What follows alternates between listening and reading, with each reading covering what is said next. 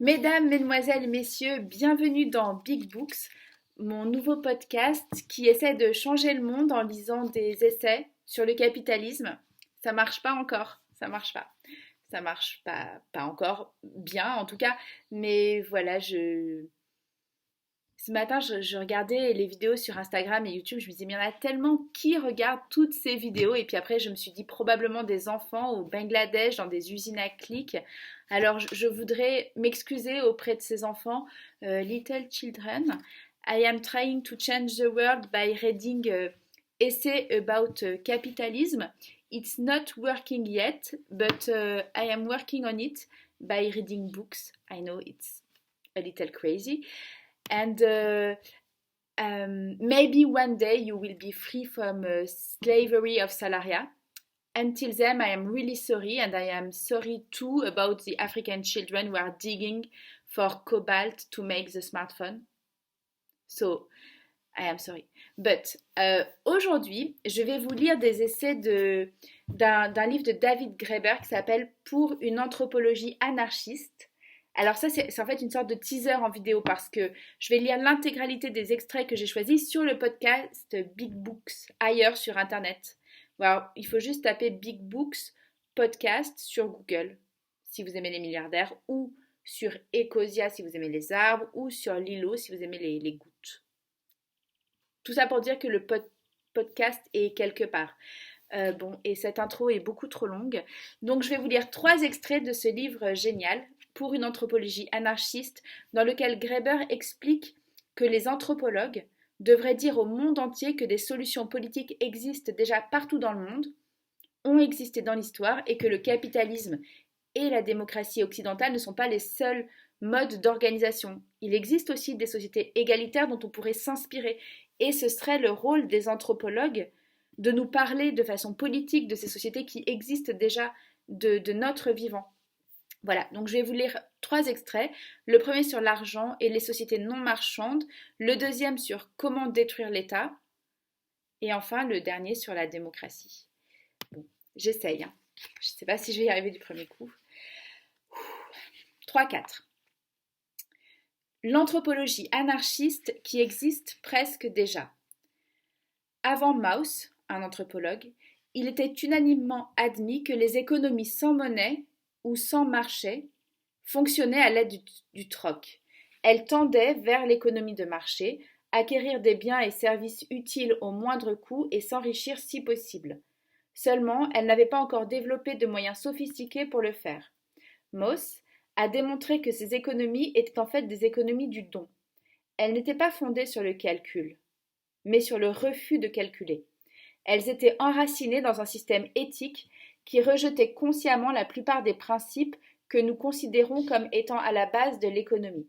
Ce n'est pas que ces sociétés n'avaient pas encore appris à rechercher le profit par les moyens les plus efficaces, c'est plutôt qu'elles auraient considéré comme profondément choquant le postulat voulant que toute transaction économique soit mue par la recherche de la maximisation du profit, du moins si l'autre partie dans cette transaction n'est pas un ennemi. C'est beau ça. Il est significatif que l'un des rares anthropologues ouvertement anarchistes de mémoire récente, Pierre Clastres, une de mes idoles, un autre français, soit devenu célèbre pour avoir avancé des idées semblables sur le plan politique. Il insistait sur le fait que l'anthropologie politique n'avait pas encore complètement surmonté les vieilles perspectives évolutionnistes qui voyaient avant tout l'État comme une forme d'organisation plus complexe que ceux qui l'avaient précédé. On présumait tacitement que les populations sans État, telles que les sociétés amazoniennes que Clastres a étudiées, n'avaient pas atteint le même stade que les Aztèques ou les Incas par exemple. Et si, suggérait Clastres, les Amazoniens n'étaient pas complètement ignorants de ce à quoi pouvaient ressembler les formes élémentaires de pouvoir étatique. Soit permettre à quelques hommes de donner à tous les autres des ordres qui ne pourraient être contestés car soutenus par la menace du recours à la force. Et était déterminé pour cette raison même à s'assurer que de telles formes ne voient jamais le jour. Et s'il considérait les prémices fondamentales de notre science politique moralement contestables.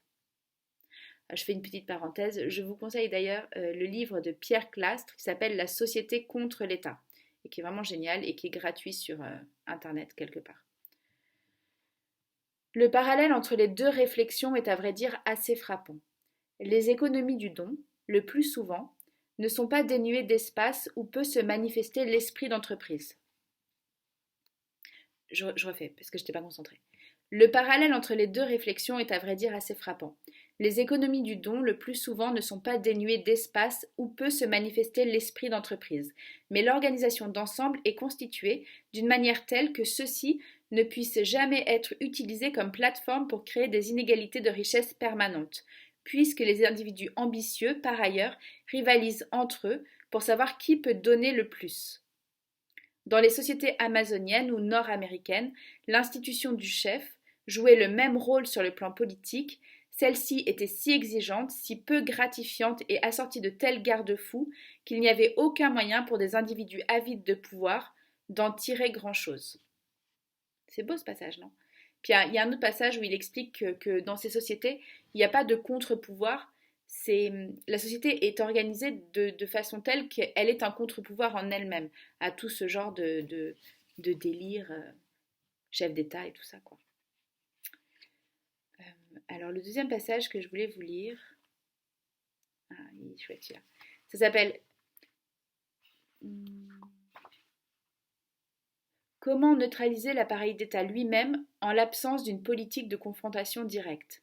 C'est un passage où il explique que la meilleure façon de lutter contre le capitalisme, c'est la fuite, l'exil, ou en tout cas créer des poches où le capitalisme n'a pas sa place. Comment neutraliser l'appareil d'État lui-même en l'absence d'une politique de confrontation directe. Il ne fait pas de doute que certains États et certaines élites économiques s'effondreront d'eux-mêmes sous leur propre poids mort. Quelques-uns l'ont déjà fait, mais il est difficile d'imaginer que cela arrive à tous.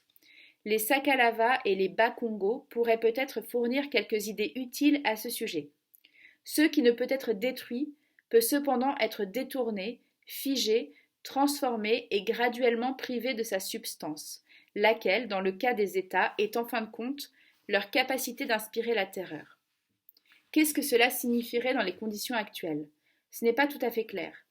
Peut-être que les appareils d'État existants seront graduellement réduits à n'être qu'une façade à mesure qu'ils seront privés de leur substance par le haut et par le bas, c'est-à-dire à la fois par la croissance des institutions internationales et par la décentralisation vers des formes d'autogouvernance au niveau local et régional. Peut-être que le gouvernement par spectacle médiatique se transformera en spectacle pur et simple. Un peu comme le suggérait Paul Lafargue, le beau-fils antillais de Marx et l'auteur du droit à la paresse, quand il écrivait qu'après la Révolution, les politiciens pourraient encore remplir une fonction sociale utile dans l'industrie du divertissement. Il est plus probable que cela se produise d'une façon que nous ne pouvons même pas concevoir aujourd'hui. Mais il ne fait aucun doute que cela est déjà en train de se produire de diverses façons. Alors que les États néolibéraux se dirigent vers de nouvelles formes de féodalisme concentrant de plus en plus leurs armes autour de leurs communautés sécurisées, des espaces insurrectionnels se créent sans que nous le sachions. Les producteurs de riz Mérina que j'ai décrits dans la dernière section comprennent ce que beaucoup de prétendus révolutionnaires ne comprennent pas. Il y a des moments où la chose la plus stupide qu'on puisse faire est de brandir un drapeau rouge ou noir et de faire des déclarations provocantes. Parfois, il est plus raisonnable de simplement prétendre que rien n'a changé, de permettre aux représentants officiels de l'État de conserver leur dignité et même de se présenter à leur bureau et de remplir des formulaires de temps en temps tout en les ignorant par ailleurs. C'est pas une bonne technique ça? J'aimerais beaucoup vous lire un passage qui s'appelle La lutte contre le travail, mais ça va être trop long.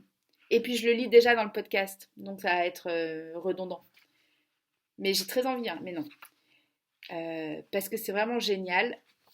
Et je vais vous lire juste un tout petit dernier extrait sur la démocratie qui explique pourquoi le processus de consensus des sociétés égalitaires amazoniennes, etc., est plus démocratique que le vote.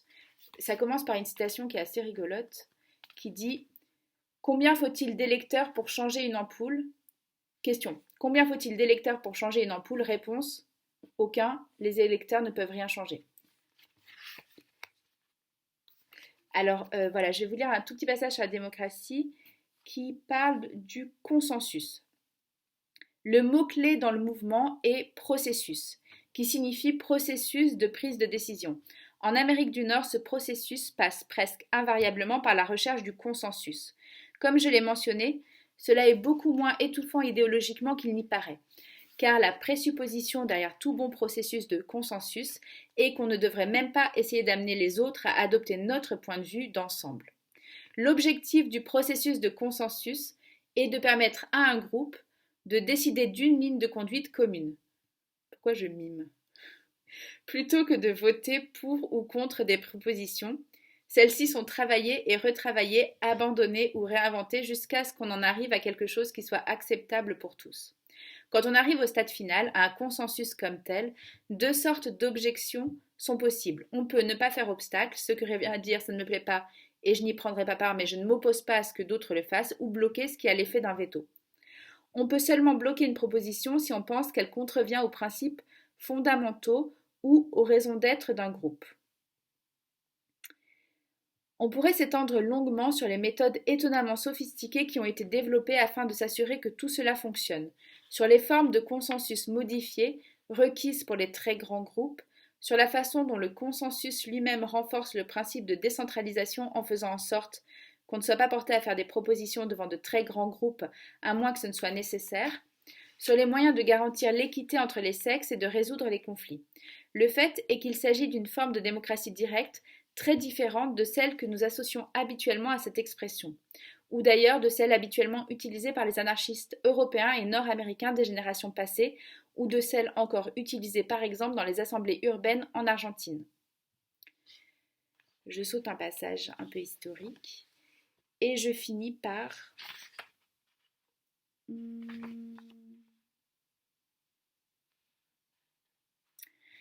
La vraie raison derrière la réticence de la plupart des intellectuels à considérer un conseil villageois Sulawesi ou Talensi comme démocratique, mis à part le simple racisme, le refus d'admettre que personne de ceux qui ont été massacrés par les Occidentaux en toute impunité n'était inférieur à Périclès, et que leurs membres ne votent pas. Voilà. Pourquoi, là, il se pose la question de savoir pourquoi est-ce que les intellectuels ne considèrent pas les conseils villageois et tous les conseils qui utilisent le consensus comme démocratique. La seule raison pour laquelle, à part le racisme, ils ne considèrent pas ça comme démocratique, c'est que les gens ne votent pas. Or, il faut convenir qu'il s'agit là d'un fait intéressant. Pourquoi ne le font-ils pas? Pourquoi est-ce que dans les conseils villageois, les gens ne votent pas? Si nous admettons qu'un vote à main levée ou en se rangeant d'un côté de la place ou de l'autre selon que l'on appuie une proposition ou s'y oppose ne sont pas des méthodes si incroyablement sophistiquées qu'elles ne seraient jamais venues à quiconque avant que quelque esprit génial de l'Antiquité ne les invente, pourquoi alors sont-elles si rarement utilisées? Encore une fois, il semble que nous ayons là un exemple de rejet explicite. À maintes reprises dans le monde entier, de l'Australie à la Sibérie, les communautés égalitaires ont préféré une variante ou l'autre du processus de consensus. Pourquoi? J'aimerais proposer l'explication suivante. Il est beaucoup plus facile, dans une communauté où tout le monde se connaît, d'arriver à savoir ce que la plupart des membres de cette communauté souhaitent que de trouver comment convaincre ceux qui ne veulent pas suivre. La prise de décision par consensus est caractéristique des sociétés où il n'y a aucun moyen de contraindre une minorité à accepter une décision de la majorité, soit parce qu'il n'y a pas d'État avec un monopole de la force coercitive, ou parce que l'État ne s'occupe pas des décisions d'ordre local. S'il n'y a pas moyen d'obliger ceux à qui la décision de la majorité ne convient pas à s'y plier, alors la dernière chose qu'on souhaite est de passer au vote, une compétition publique où quelqu'un sera nécessairement vu comme perdant. Voter est le moyen le plus sûr de garantir l'humiliation, le ressentiment, la haine, en fin de compte la destruction des communautés.